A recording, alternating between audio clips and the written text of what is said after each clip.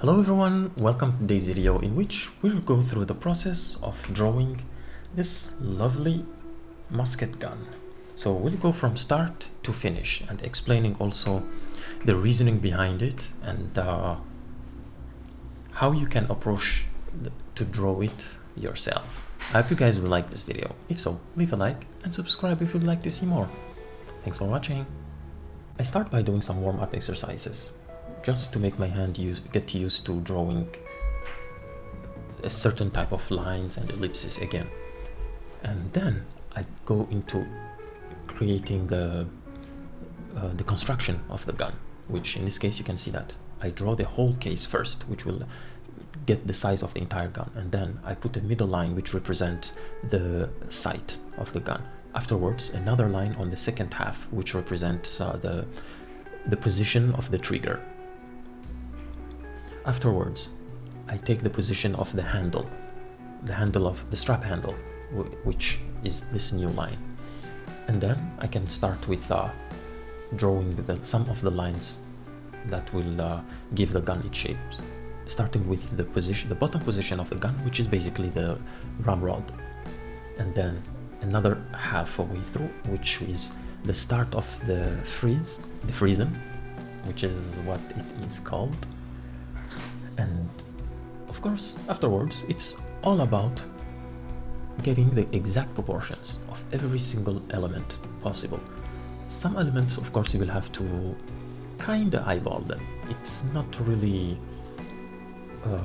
how can I say this? So they don't have an exact midpoint to other elements, but they are placed in a certain way that if you draw them, even slightly incorrect, it will not appear wrong overall. And when you look at the drawing itself and you look at the reference, you will be able to tell, okay, this is the exact same thing. So right now I'm drawing the sight, which is the rear sight. Afterwards, I can check the position of the bottom holder of the ramrod, which is halfway through the sight and the midpoint. And then, once I have that small element, I can draw the ramrod. After the ramrod, there is the barrel and the muzzle, of course. This small part is the second support of the ramrod.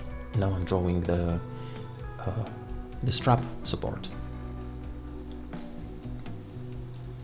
which in my opinion it should have been a little bit more towards the left. But yeah, you can take some liberties to change things here and there. It won't affect much of anything, except the look. And now I'm drawing the rear support of the strap. And right now it's the trigger case, or the name is actually trigger guard.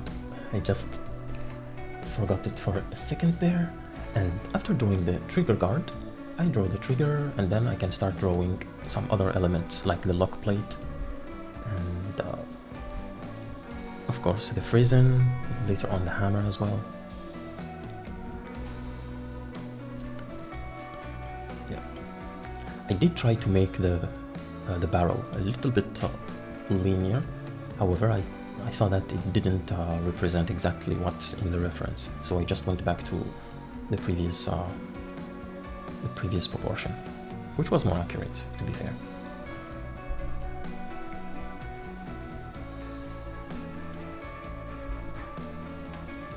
And from here, I think we can accelerate a little bit more we can increase the speed of the drawing, just for it to be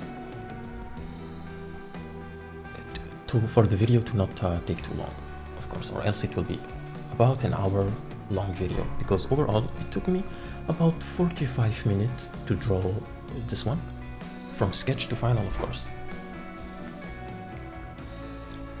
And again, try to make it a little bit smaller.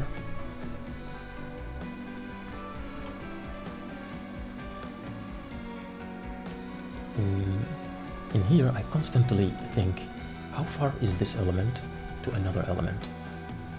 how can I draw it in order to be exactly or close to, or as close as much to what I'm seeing in the reference.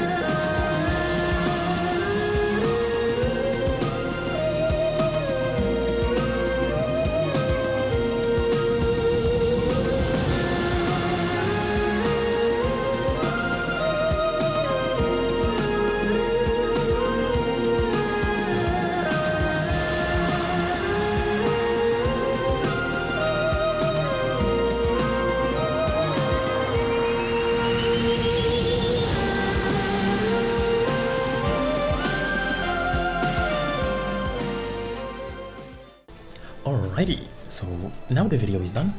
Let's look back at some of the things that we did here. So, to begin with, I just wanted to go back some little things. First one, the first middle line, which is here, and this is the back, this is the front, and we have this construction. This is the first construction, which is the most important one, just to have the overall size of the gun. Of course, you can see that the back could be a tad bit longer, more or less. It's not too important, or it's not that big of a deal. The second one, which is this middle line, so this one should be around here in reality, but I took the liberty to make it, to offset it a little bit. It doesn't really change much. And this one is right at the middle. You can see that it starts exactly at the middle of the construction, which is the bottom part of the ramrod. This thing here is called the ramrod, and technically it goes like kind of like this. It's used to push the not the tobacco to push the, what is it called again, the gunpowder into the barrel. So that's what the ramrod is used, and these elements are here. They are used to hold the ramrod and keep it stuck on the gun, or to basically keep it with the gun so that it doesn't get lost. And the frizzen, which is this small element, you will notice that it is right about halfway through the trigger and the rear sight. This one is the front sight, rear sight, trigger, and then we have the frizzen. The hammer, which is this element here, is also around the middle point. And if you look at other elements, for instance, this one, middle point. If you break down just this small portion, when you draw it, you will see this one is kind of the middle point of the plate. And this part here, actually, maybe I should use a different color pen. Let's use green. I haven't used green yet. Oh, that's very saturated. Hurts the eye. Yeah, let's go for blue. So we have here, here. And this one can be a little bit nicer. Okay. So halfway through we have the hammer. Halfway through we have the bottom part of the frizzen. And halfway through we got our lovely trigger. From there, everything becomes much easier to just break down, so you'll go from the bigger shape, which is the gun overall, to smaller elements, and each element is within another element. For instance, this one here, you can see that it is also broken down into just the inside of this small square right here. It starts at the edge of the ramrod holder, the bottom or the rear ramrod holder. It's ramrod, like this. Just my pronunciation that is a little bit off. And same thing with this one. It starts right at the middle of here. So if we break this one down, it is at the middle of, or the end of the plate, and the end kinda of the stock. It goes as well from this point here to near the end. Or if you break down this one in 3 or 4, you will see that it's in the first 3 quadrant, or 3 squares right here. So that's how we break down the construction of anything. And from there, what you can do, I will just delete everything.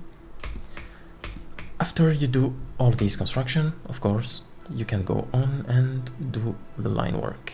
Where is, okay, you do the line work.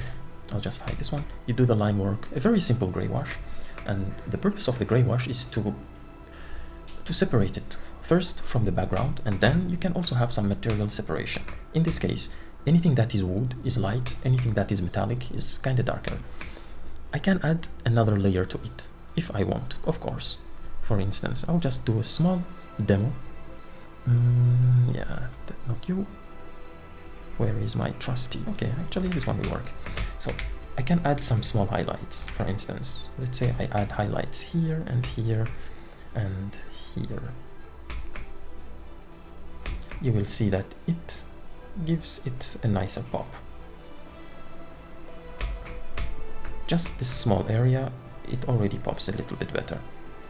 But of course, if you want to do this, I would recommend you to do it on a separate layer, like, not you, okay, let's say I put this layer here. I'll just add some light touches to it.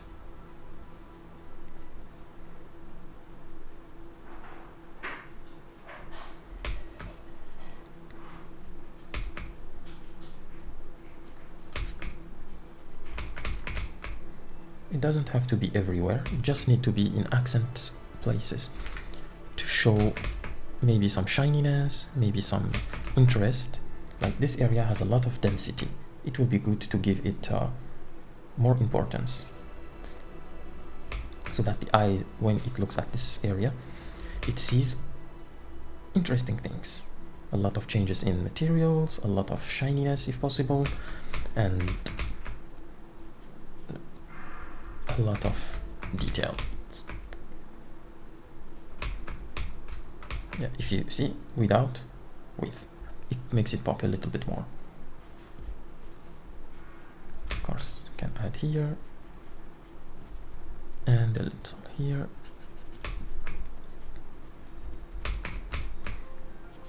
Same with the back here, and then erase a little bit.